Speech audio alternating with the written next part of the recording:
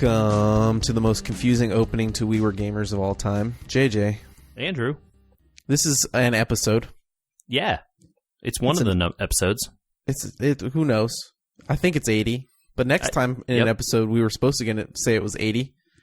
Mm-hmm. But that was recorded before we knew that there was some technical malfunctionery. Yep. On our BlizzCon pod. Yeah. So the folks who listened to what will have been last week's episode may have wondered why we didn't get back to you about the stuff we said we would get back to you about in that episode. And, well, there was some technical problems.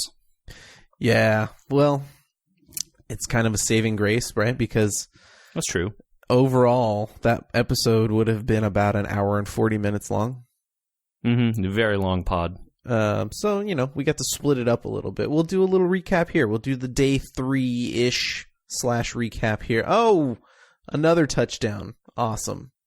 Yeah. We'll get to that later. Oh, yeah. Look forward to this, y'all. Football is happening as we speak. Yeah. It's Monday Night Football. We usually record on Mondays during Monday Night Football.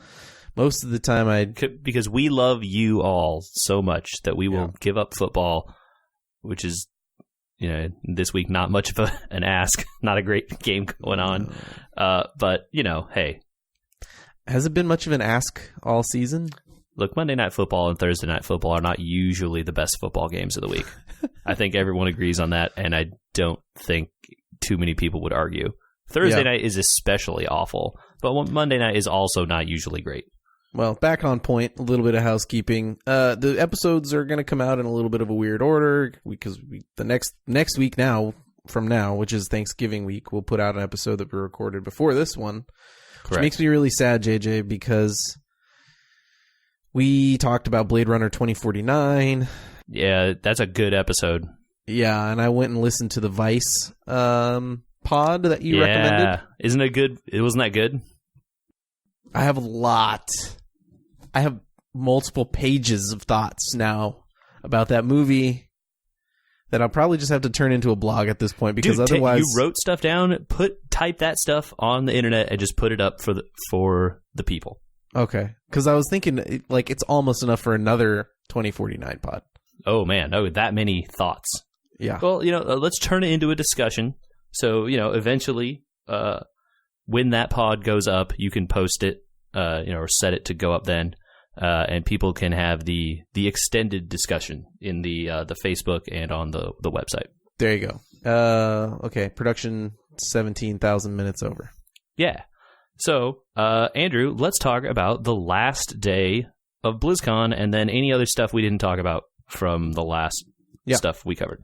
So I think the main thing that got cut out of that is that I tried doing that badge thing this year where you went out and collected things. I wasn't a big collector of things, the tchotchke things that they do, pins. Right. And they usually have all kinds of different pins, and there are gold pins and not gold pins, and it's a whole very collectible thing. They're starting collectible plushies, right? They bring out a different Pepe every year now that you can...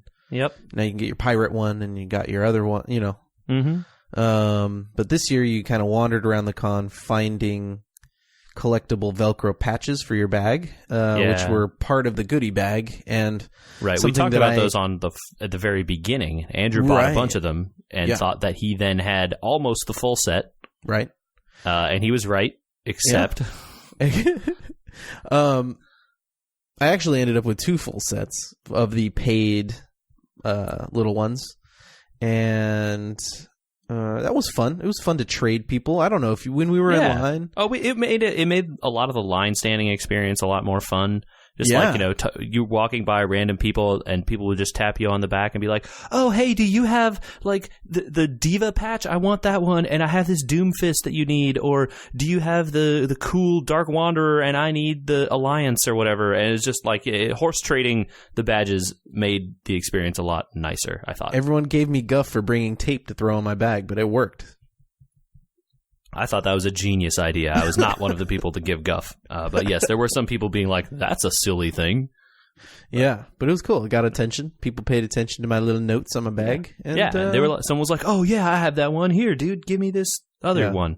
Well, at least it opened up the conversation for people that maybe didn't see anything that I had or that I wanted, but saw things that I had, and I still traded for things like here's this Junkrat thing for your Nerazim. And I was like, all right, fine, whatever. Yeah, sounds good to me. Yeah, it was very cool. Yeah, those were very cool things. I ended up collecting several ones that I thought looked good. I didn't get the whole set because I didn't buy any of the extra ones. But there were other ones, Andrew, that you didn't have to pay anything for. You just had to get in line and do stuff. And I think you got a full double set of those as well. Is that right? Or most of them? Most of them. I did not achieve the Republic of Gamers Asus ones, nor did I do the lines to get the NVIDIA one. Okay. Right, because you had to do the stations. They had the go around the con and get stamp thing. Yeah, and you had to do demos, and the demo lines were all really long, and yeah, it was unfortunate. So I missed a couple of those, and then you got all the Blizzard branded ones, pretty much, right? Kind of. So we found out on the last day during the concert, people were showing me Facebook posts saying, "Hey, did you hear about this super secret one that you just have to have slapped on your bag by an employee?" No. Yeah, why would I have heard about that? Yeah. So I guess they had super limited ones that they were, just slapping on bags whenever they felt like it. And I did not achieve one of those.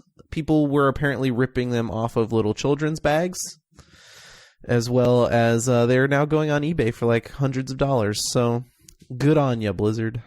Well, that's what happens when you create highly limited ones. And to be clear, it wasn't just Blizzard that was creating these. There were a lot of third-party people creating ones. There were ones for the website Wowhead. There were we saw some for some enterprising third party had made that used the Blizzard logos but in a different configuration or a slightly different icon. Yeah, those are not ones that are going on eBay for hundreds of dollars. No doubt. But I was just saying that there were a lot of them to collect, and no person got all of them, right? Because at that point, right, there was ones you could only get by being a person who did cosplay. There were ones that were just normal. The average attendee who did not dress up would have no access to. Yeah, I think if you were a cosplayer and you really did the numbers on trying to do the badges, if that was your only goal, you could probably have achieved it. And I fault myself partly because I didn't bring my bag the second day. Mm-hmm. Yeah, they could have done a lot of that stuff that day. Well, I did everything the first day. I did all my shopping the first day, except for the hat. And I want to talk about the hat for a second. But I did all my shopping the first day. I did all my trading the first day. I was kind of done with my bag. I didn't want to carry it around anymore. Right. And I guess I should have. Because, maybe it would have changed my odds of getting a mercy patch, or more likely, probably not. More likely, probably not. I do like that hat that I bought. They finally started selling fitted hats. Yeah, and so boy, are they nice. Heretofore, a lot of the Blizzard hats that they've been selling have snapbacks, right? And Andrew is against snapbacks as a rule. I'm morally opposed to snapbacks. So so you've been wearing it then? It fits good and it's nice? Fantastic. Yeah, it's made by New Era, so it's like one of those baseball or football hats, on-field quality hats, man, and I dig it. It's fun. It's a good hat. That's awesome. So yeah, I've been I don't know about you, but I came back from the con and I kind of laid out, since this is the your loot section, right? I kind of laid out everything I got from the con, and I've started separating into piles the things I'm going to keep and the things, that end up going to friends or family or back out to the internet for somebody else to enjoy. Mm-hmm. Yeah, I have similarly gone through that process. Most of the stuff is not being kept other than the bag and the patches I had a rate on it. Now, how long did we stand in the plushie line? A good amount of time. Yeah. Pretty good amount of time, I would say. So I got through all the setting out of things on bags, and opened up the bag of my little stuffed animals there, and found out today that they gave me the wrong ones. Oh, it doesn't. the one isn't the one it says on the bag? No. So like my receipt says something completely different than what's in the bag. Okay, so and it's not the ones that you or Chris ordered. So the that sucks. So the plushies.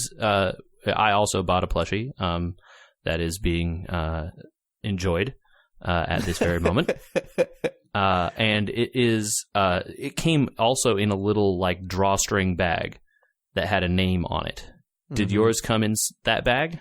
So the main problem is that they put out a bunch of new ones, and they kind of came in similar boxes with just different names on them. Mm-hmm. So they just grabbed the wrong box.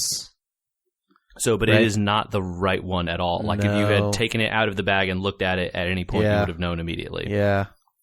I contacted them today, and they're like, oh, okay, cool. Somebody will get in touch with you and figure this out. And so they're really cool about it. It didn't fault me for it. They're trying to figure it out. So, I mean, I don't think was it a different price point for those two things, or was it just like thing, I got a blue one, one of the red one, or vice versa? Yeah, basically that kind of thing. So, sounds like it's going to get worked out fine, but it's kind of like a oh no moment, because you left a convention, they've broken down. It's not like there's a store I can go to. It's not like a Disney thing. Yeah. Well, I'm sure their customer service will get in touch. Yeah. And you're just trying to exchange, like you're pretty much just doing a product exchange here. So shout out to them. They already seem like they're on it, and they'll get back to me on whether it's going to get solved easily or if I have to drive somewhere. Well, that's good. Yeah, but I have a good feeling. Nice. All right, so away from the loot, away from the disappointing nature of not being able to obtain something, which I've calmed down about since our recording. That's good. That's good. You were pretty bummed about this whole process when we did that lost recording. So I'm not sad that recording got lost, because I've always said perspective. Yeah, it gave me a little bit of perspective. I always said I never appreciate a company or, like a person in a position like Blizzard that creates something that is purely unattainable to everyone. Now, I may never get to Legend in Hearthstone, but I could. Right. There's no... Yeah. There's no barrier physically or time-wise or whatever that is artificially installed that stops me from getting the Legend card back. Right? Mm-hmm. But if they said...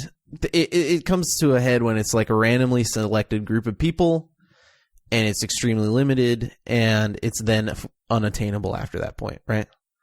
So, I mean, we don't know how this will work going forward. So that's exactly. So hear me out. Okay. So digitally, this is a problem. When I always go back to the old Diablo example of a closed beta achievement, right? Where you got a special thing for being in the closed invitation-only beta. That's never coming back. It's never redistributed, and it's a digital thing. It's gone.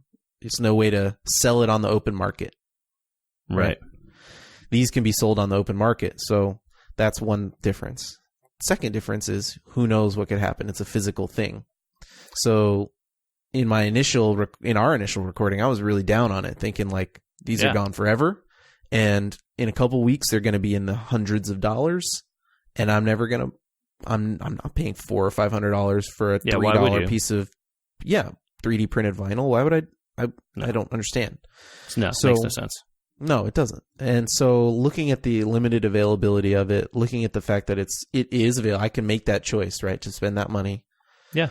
And knowing that that's an option in the future, I can try and earn something to spend that, right? Like I can make the choice to go work to earn to spend on that silly thing. And in the future, right, this is so limited, and it's only the first year. Maybe the Mercy Wings are something they do every year. And if I go to 5 more BlizzCons, I may get them. Or maybe next year they have a whole bunch of different ones, and the Mercy Wings are one of those, and they have a new secret one next year, and then that one rolls over to the next year. And who knows, right? Like, they could do anything. They have a whole different set of these things next year, and one of them is the Mercy Wings. They could, right? Right. Yeah, easily, like next year in the pack of 21 is the Mercy Wings. And then it's like, oh, here's all the Overwatch characters. It's an Overwatch character pack. There's the Mercy one, right? Yeah. So I think I've chilled my expectation on that one a little bit, although it still bums me out that they never directly told anyone how to get them, and that kind of bothers me still. Is like we walked up to customer service and asked them directly, like, is there any way to earn these, to work on getting these? How do you go about finding a way to get them? They're like, shoulder shrug, sorry, good luck. That kind of is annoying. I mean, but, they didn't really tell you how to earn any of the other ones either. It was all kind of like a meta game you had to play yourself at the con. So, yeah, you're right. But let's move off of this. I'm sure people understand. I agree, but I like your point that it is a meta game, right? And that was part of the thing that I enjoyed, and I had to try and take the time to remember that, because it really did connect you to the people on Facebook, where it was like, where'd you get that one? Where'd you get that one? Where'd you get that one? It was cool. Like, it was fun to be like, oh, hey, I've never seen that one before. What did you do that you got that one? And people were like, oh, I played this demo or whatever. Right. So I refocused on the positive is what I'm saying. And I appreciate you moving us off of it. Yeah. So speaking of the demos, which we had to do in order to collect these badges. Yes. And some of them were really great. The mini Ragnaros from HOTS was... I wish we had played HOTS again, because I want a second mini Ragnaros. So I have actually been playing HOTS again in the aftermath of this. Oh, really? Okay. A little bit. I reinstalled because we got a bunch of free stuff as part of attending, so I had a bunch of loot chests in there or whatever. Gotcha. And there was a huge Dota patch that happened to roll out recently also, but I didn't want to reinstall Dota because I don't got that kind of time. And HOTS is a lot shorter than Dota, but it kind of scratches that itch a little bit. And the new heroes aren't out yet. There are on the test server for HOTS, but I am really having a good time, just very relaxedly playing that game against AI or playing the like nonsensical brawl modes that they have. It's a lot of fun. And that demo they put out was cool. I played the Alex Straza hero. I don't remember who you were. Oh, I was playing Cho'Gall. Okay. Oh, that's right. You were playing Cho'Gall. We Friend won. Of the pod, Sarah and I were playing Cho'Gall. We won. That's the best part. We won with Cho'Gall on our team. Hell yeah. We wrecked with Cho'Gall on our team. Yeah, they didn't know how to fight him. We were wading through the entire team the whole match.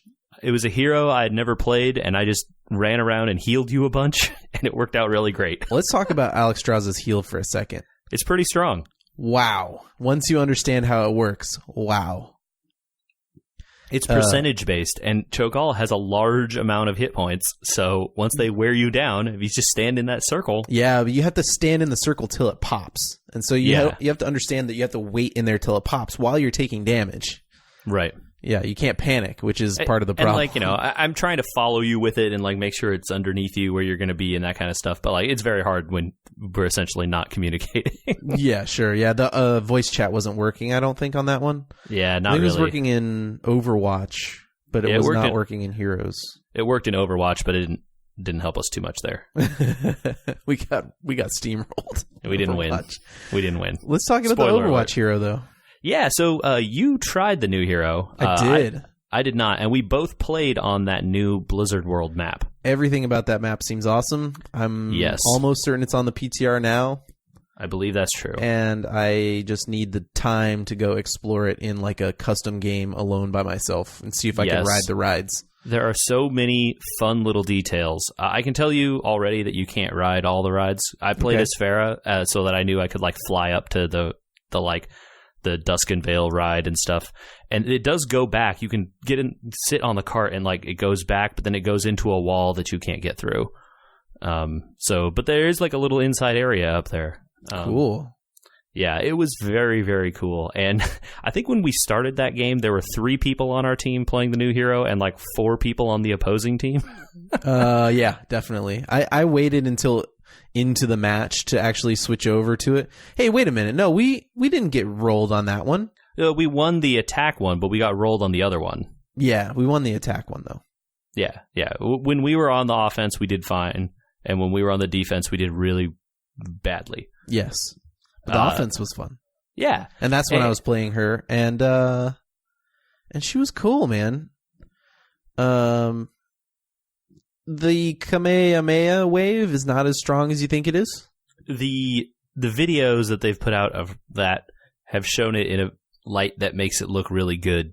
I think maybe it's not as cool as you might have been led to believe, even though it's extremely scary at the time because it's unclear exactly how much damage it's going to deal to right, you. Yeah. It seems in the videos to be like while it's pointed at an enemy, it's just like a damage beam, and while it's pointed at a friend, it's a healing beam, and it's more like a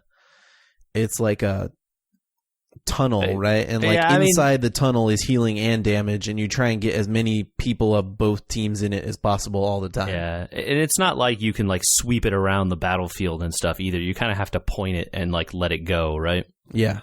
And so, you want to get everyone in so that your guys get healed and their guys get hurt. Well, if you try to aim like a little left to get both of your guys, you're not going to get any of their guys, and like it's a very positioning based thing. Yeah.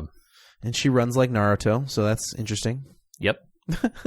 Yep. They talked about that in one of their dev diary things or something. This is the first year that I've gone back after the con and been like, hey, I missed that panel. I want to go back and watch it. I did some of that also. Did you go back and watch the Overwatch panel about like their building the game stuff? We watched part of it while we were in line at one point. Only the part that we watched in line. That was so cool. Yeah, that's watching really them fun. Create the like, building the engine of Overwatch and like running around the surfaces when there's no textures on them, and like the funnier part was everyone is all Tracer. Yeah, everyone's Tracer. That's the funny part. And like all the other guys are just standing there in the T, with our like arms out, and like, yeah. Even when they have like Reaper skin in the game, it's still Tracer. Yep. Yeah. It's you look like Tracer, but you're doing Reaper stuff. Yeah. Yeah. It was very funny, and cool to see how quickly that game evolved over the couple years before release. Yeah. It was shocking to see, and it kind of really put a new timeline into perspective on the origin of the game and how far they were not when they canceled a project they had announced. When they announced Titan, it was years before they canceled it. Right. And like, this all came together. All the stuff in that video came together after. So what were they doing with Titan? Well, so you wonder, right? Of course. But, it seems like they spent they didn't use maybe a lot of the actual code that they had written for that game. Mm-hmm. But in my guess, it's more like they reused the art and the characters and stuff that got the reuse, as opposed to... He says this is Tracer, right? Like, he already knows who the character is. How did they know who Tracer was? How did they know who Reaper was at a point where they literally had no levels? Right. And it's like, they have a flat texture on the ground. They're right. Like, well, we wanted to get Tracer working. And you're like, okay, like clearly the story people had gotten pretty far at some point. Well, wrapping up Overwatch, that map was so cool that I went downstairs and bought the limited edition Disneyland map print. That is a pretty cool print, the like Blizzard World Disneyland. Yeah, it looks print. super cool. I kind of want to try and find an old Disneyland one and put it side by side. Yeah, if you could find that, that'd be very cool. Yeah. So, we didn't do any Diabloing, I don't think. No, we did not. There was nothing new being shown there. I think that you could play the Necromancer class, and that was it. Yeah. So, do they even do demos for it next year? There was a huge line. I don't know why. Probably just for the patch. It's probably because, the patch, but also I think a lot of people don't play Diablo, right? Like, if they never bought that Necromancer class, like they wanted to try it or whatever, and they had played Diablo 3 at some point, that game sold a lot of copies. People like Diablo. We like Diablo. We played that quite a bit. I don't think either of us have bought the Necromancer. Yeah, I still do not dislike Diablo either. Yeah, exactly. If I had a reason to boot it, I might. It would need more story or something other than just the loot grind for me. Over the weekend, I considered reinstalling Torchlight to scratch the Diablo need. Oh, poor Torchlight. You heard that they closed those studios, right? Yeah, that's very sad. Yeah. That's part of the shakeup in the industry. I was going to ask you about Respawn. I heard that they got bought by someone. That's all I know. EA just bought Respawn for $400 million. Okay. Well, Titanfall was very cool. I think people liked that series. Yeah. Both of those games. So give them some money and let them make more Titanfall stuff. That seems like a good plan. Well, is it though? Have you been kind of following the saga of Star Wars Battlefront 2 and, the troubles they've been having trying to do the EA monetization on it. They don't have any of that type of stuff in Titanfall. I mean, look, adding, the loot box stuff and that kind of, is we had a big discussion about this a couple pods ago. Pretty much all of that applies to the Star Wars game that you're talking about here. Yeah, as well as this new revelation about unlocking characters. And you know what? That is just them being bad at tuning the free-to-play side of their game. I'm sure they will eventually change that stuff if they haven't already. I think they may have already done some changes in that way. But the whole point is they're not taking out the thing that is the source of that problem, right? It's not like they change it by making the loot boxes better. They make the loot boxes the same. All that stuff is still decided, and then they just change the stuff around the edges. Mm-hmm. So I don't know. I had never had any interest in playing that game, so I have not really been following it that closely. So yeah. I've always heard that the Titanfall single player was fantastic, and I kind of wanted to see the Titanfall 2 single player. I also heard that it was fantastic. This makes me worried. And I'm an outsider looking in, right? It's a fan's perspective, just saying like, oh man, I hope that the same troubles that arose, with the last big purchases like BioWare and all these other ones don't arise again. I would say that regardless of any kind of issue around the monetization of the game, you should be concerned because EA has a history of buying studios, getting them to make 1 or 2 games, and then shutting them down. Regardless of any of this stuff related to loot boxes or microtransactions or any of that stuff.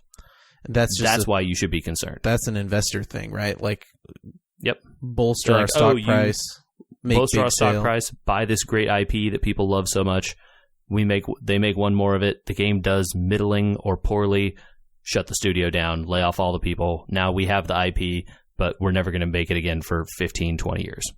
Oof. So they've done that a bunch of times. So it's concerning under that light because I think those games have been good and people seem to like them. So yeah. Okay, well, fingers crossed for Respawn. Yeah. If you work for Respawn, maybe start up a rainy day fund. Yeah, good luck. And who knows? Maybe they'll continue to be successful, and the game will be wonderful. Absolutely, I don't wish the negativity on them. It's like a nervous anticipation, right? Right. We have to see what comes next, and we're not on the inside to see what's going to happen to the thing we like. And you won't see anything from them for 2+ years, right? Because that's how long it takes. Right. Okay. Well, back onto BlizzCon. We did not get in to see any Overwatch, despite the first 2 days being like, oh yeah, we're totally going to get into this new arena. Nope. We had to watch it on the World of Warcraft stage, which I am happy to report they did do the thing we talked about, which was sharing stages. Yes. Very good on them to do the thing that was clearly needed there. Yeah, scheduling to share stages was important. It kind of bums me out. I wanted to sit in there, but now we know for next year. It feels like there was more to do, despite there being less announcing and less demoing, maybe that you had to do. Right. It still felt like, oh man, if I want to do that, I got to go down that line. Oh man, if I want to track down this thing, I got to go over there.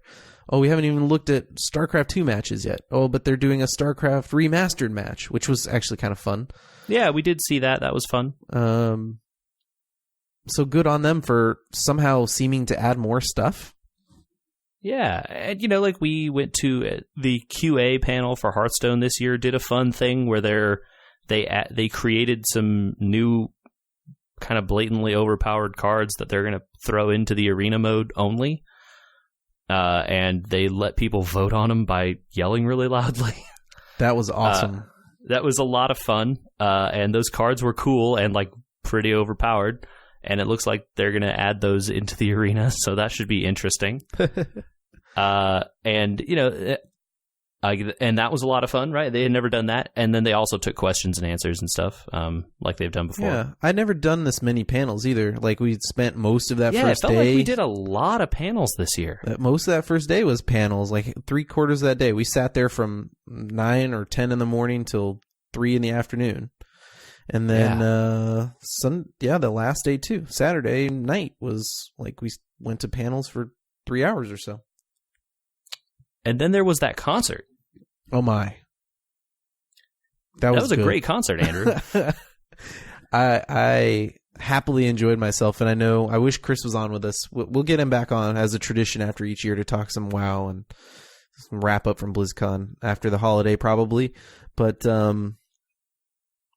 it was funny. Multiple people that I talked to before the concert are like, yeah, I may go like do demos again or like walk around or go watch. Do some other stuff I hadn't gotten to or whatever. I may do that during the concert if they don't play a lot of the older songs that I know. And they really did a good job, like new song, old song, new song, old song, new song, old song. And like hit song and then like a couple songs that maybe you don't know and then another hit song, right?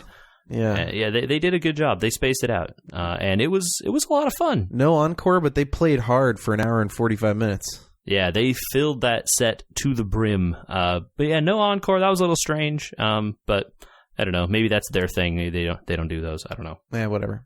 No complaints. Whatever. We had a great time, so it was wonderful. Like I said, there's only been one bad concert, and the rest of them, maybe the audience participations is not as much as you'd expect, but the bands have all been fantastic, and I always include that in the maths of this ticket price or whatever. Right. You're like, it's like $200 or whatever, but then you're like, well, but how much would essentially pit tickets to one of these concerts be? Yeah, what would pit tickets to Muse be? $100 more? Maybe, or like pit tickets to Metallica, which we had that year, right? Oh, literally. Yeah, like we worked our way $150. into the actual pit. Hundreds, yeah. Yeah, and like, we got this whole other giant thing that we also loved as well. Yeah. So, in that respect, it's not really too bad of a deal. How would you feel about adding a third day? I don't know. It would be like logistically complicated maybe for them. I don't know. The Friday, Saturday, like, split does a lot of good for them in terms of people coming that want to travel. Because they have to travel here, it also then gives those people the Sunday to do things. That would take that away. I know a lot of it's hard to judge on our end because we're not part of like the week beforehand, when they're starting stuff. They're doing tournaments the week beforehand. Oh, totally. Yeah, there's Hearthstone stuff. There's World of Warcraft stuff. Yeah. And, I don't know from their end, would they logistically want to expand it? I mean, most of the people working that are Blizzard employees. Mm-hmm. And so then how would they want to schedule those people's times, right? Yeah. I don't know. I think the attendees could muster the strength, but they would need to add a little bit more stuff to do, maybe. Yeah.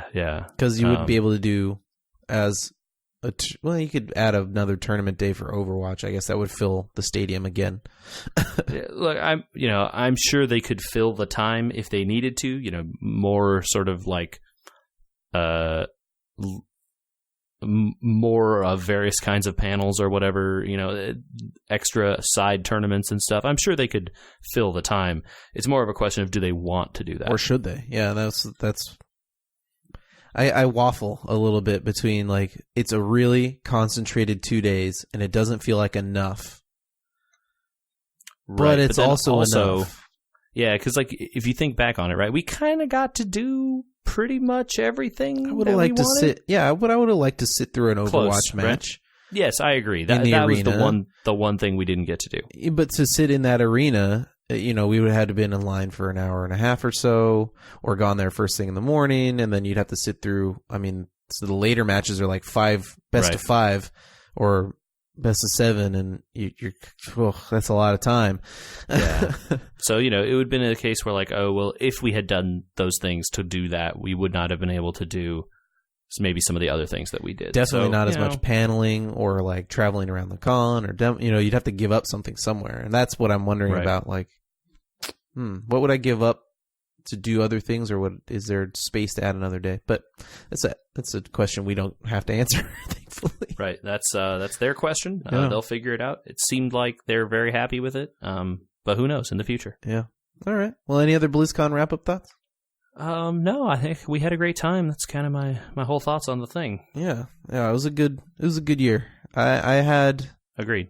I had the most fun at a BlizzCon that I think that I've had. And part of it was engaging in the trading and getting to, talk and meet people. And part of it was having a few beers on Saturday. And part of right.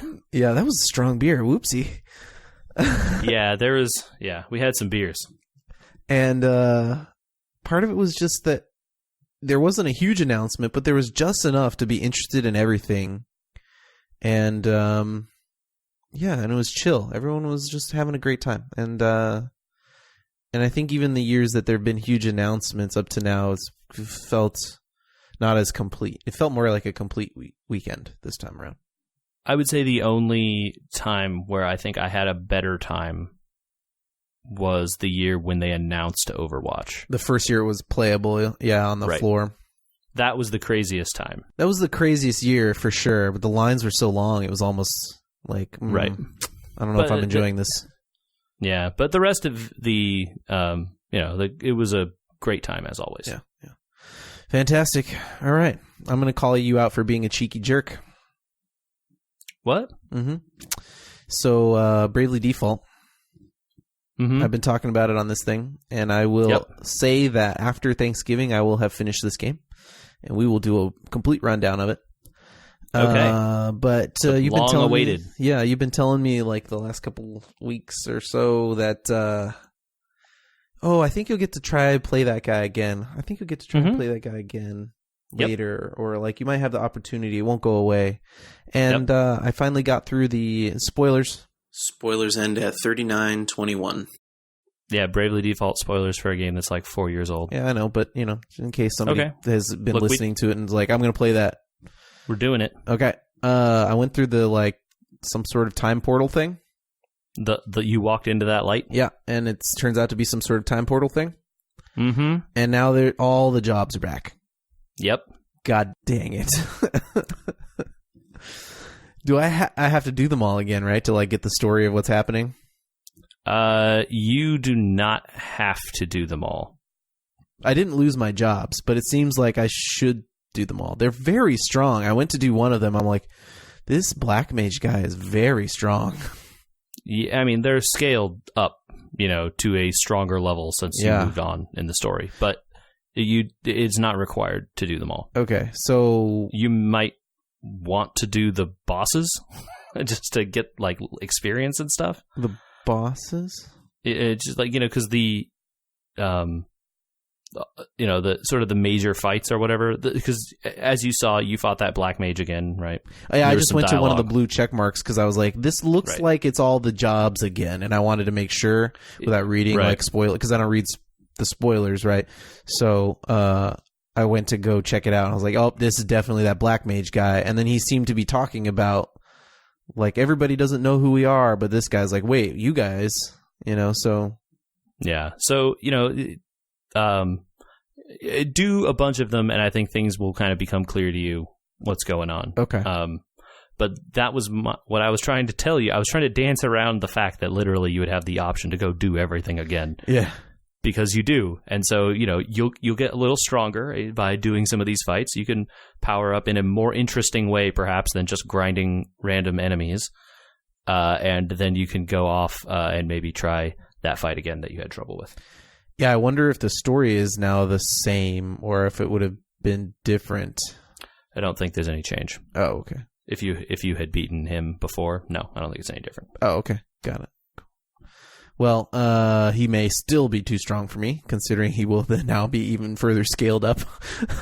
Yeah, I don't know. Like I said, I didn't beat him ever. Yeah. I was certainly able to beat the game just fine. I'll see how much patience I have for redoing all these asterisk fights if they're as long as this first one that I took on. But it's interesting to have gone back through this thing. So some of my predictions are wrong, and some of them are still open, and some of them are right. So we'll see. I don't want to recap them all until they're all done, but I got some thoughts, and we'll get to it.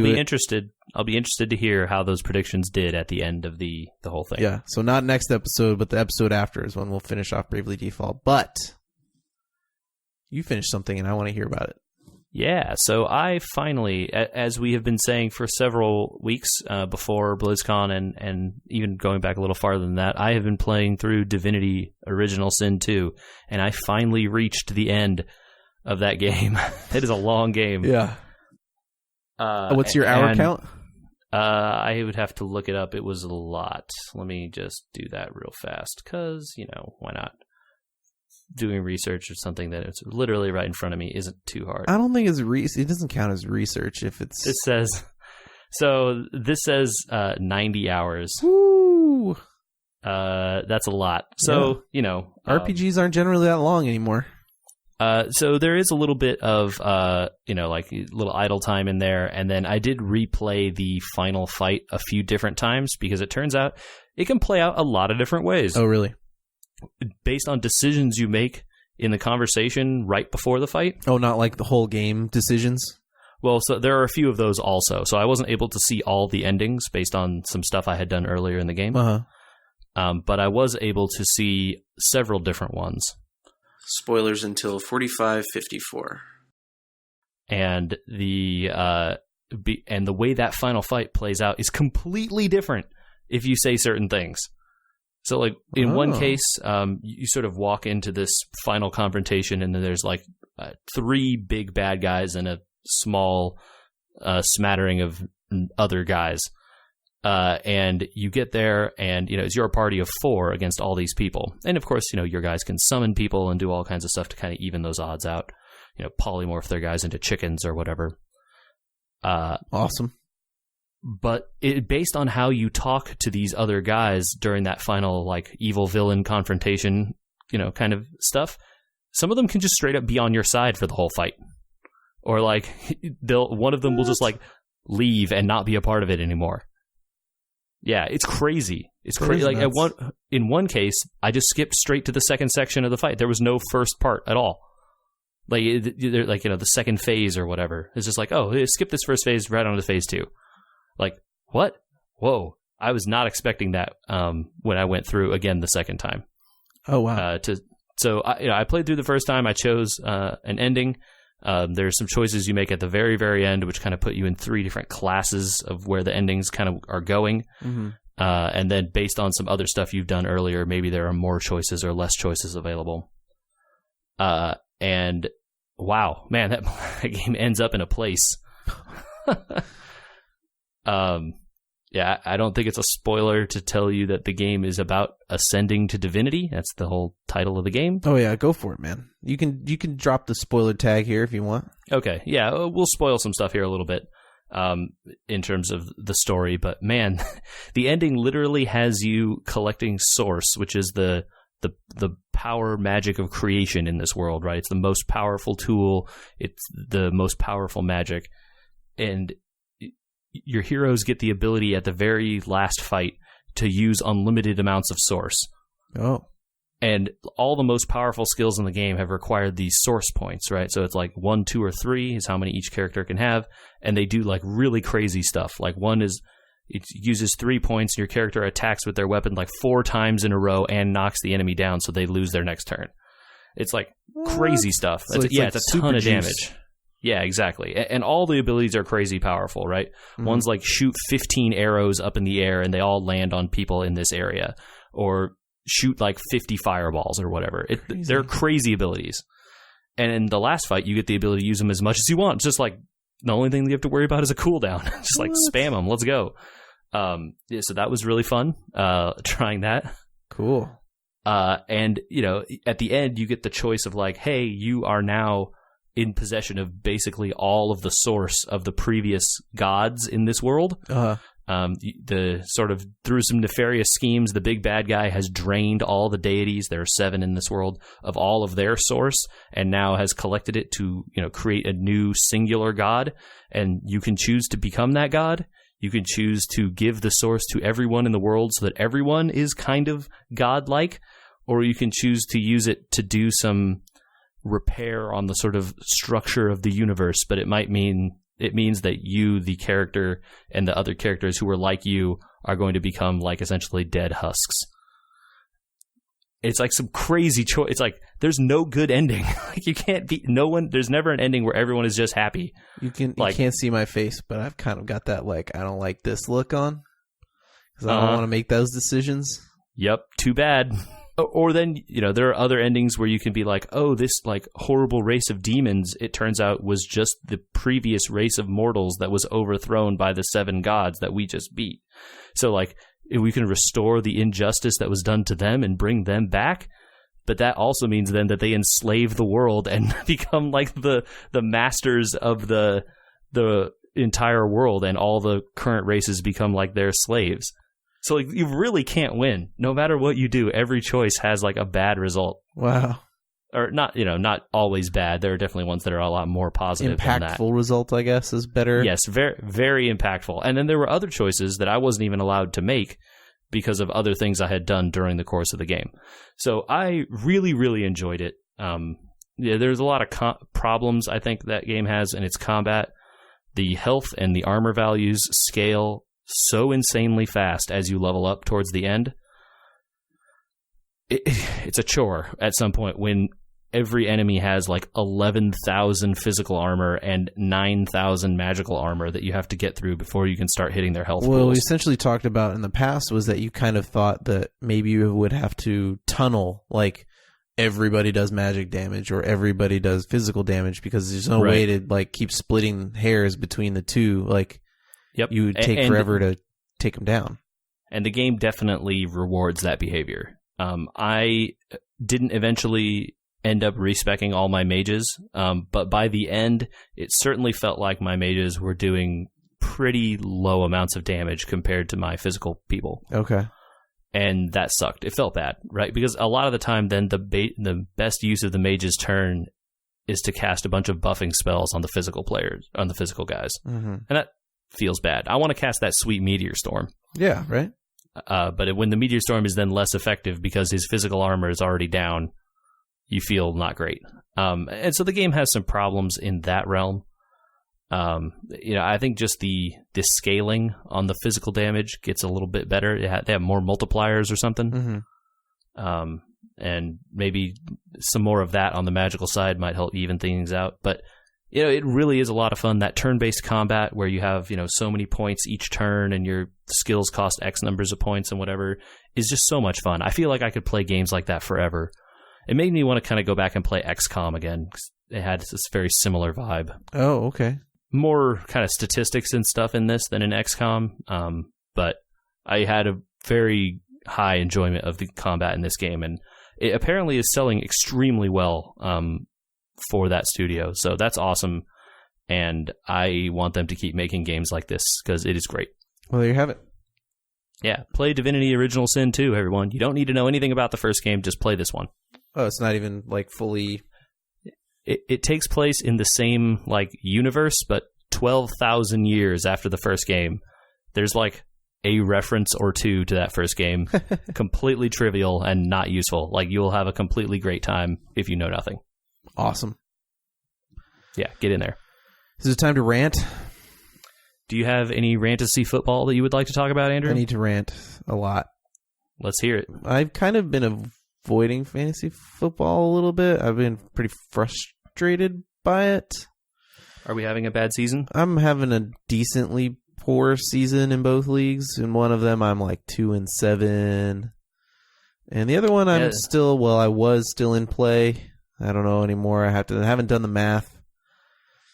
I kind of didn't pay attention this weekend because I had a lot going on. And sometimes that's okay. Yeah, I didn't start anybody that was like injured or anything like that. But like I made some decisions that was kind of like, do I want to go do research on defenses and blah, blah, no, just screw it, whatever. And those things kind of came back to bite me, like Buffalo got negative points on their defense, which I continue to think is a terrible thing that defenses are allowed to do, is go negative. Mm-hmm. If I'd started one player over another, I would have had 17 more points and won my game, which was tied going into the night. But Andrew then got 32 points from the combo of Devin Funches and Jonathan Stewart. The Panthers. I don't understand how the Panthers went from a projected 11 points to 32 on his team. Because the Miami Dolphins aren't good. They're so bad. They're very bad.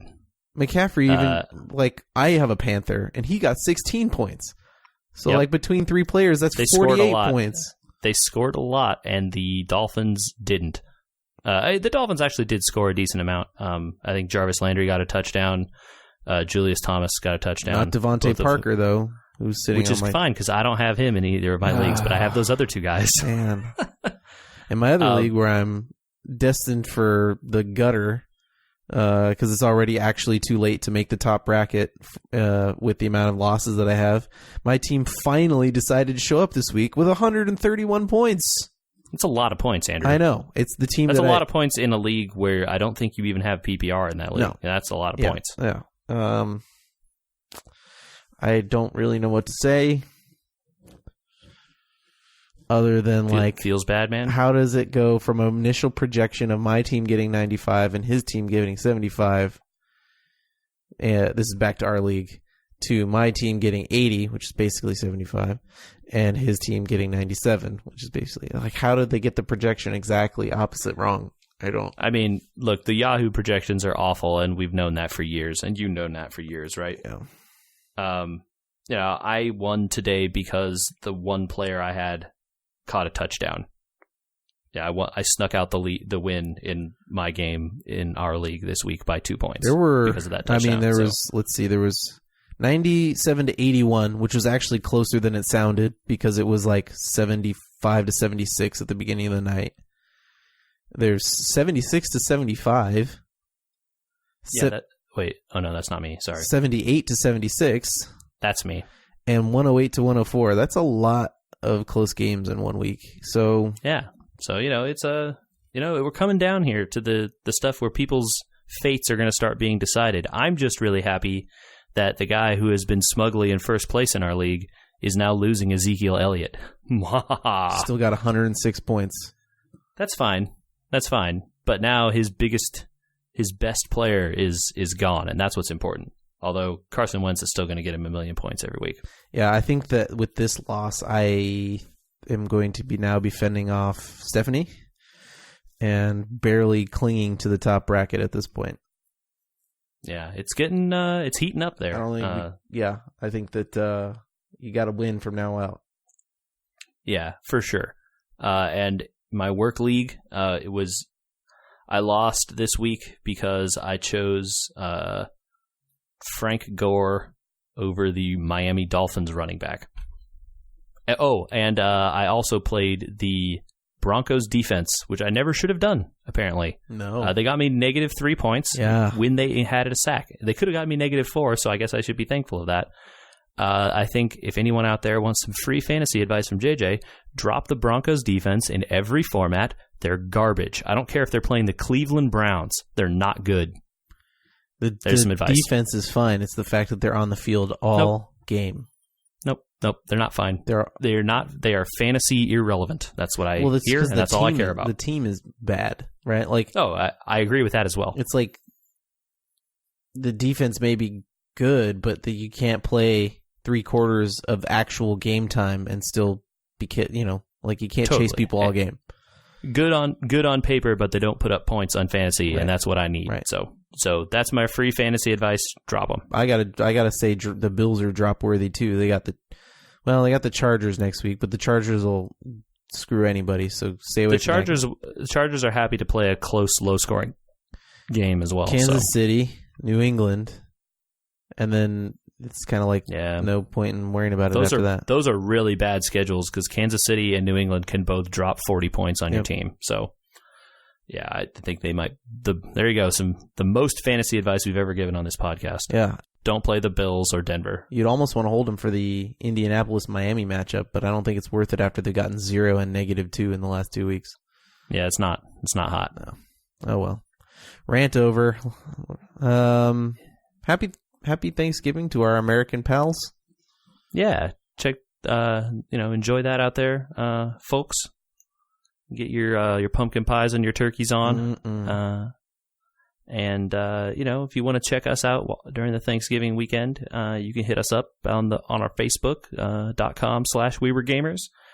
Email us at podcast@WeWereGamers.com, a real podcast email that you could send. And we have an Instagram at We Were Gamers. That's also our Twitter handle.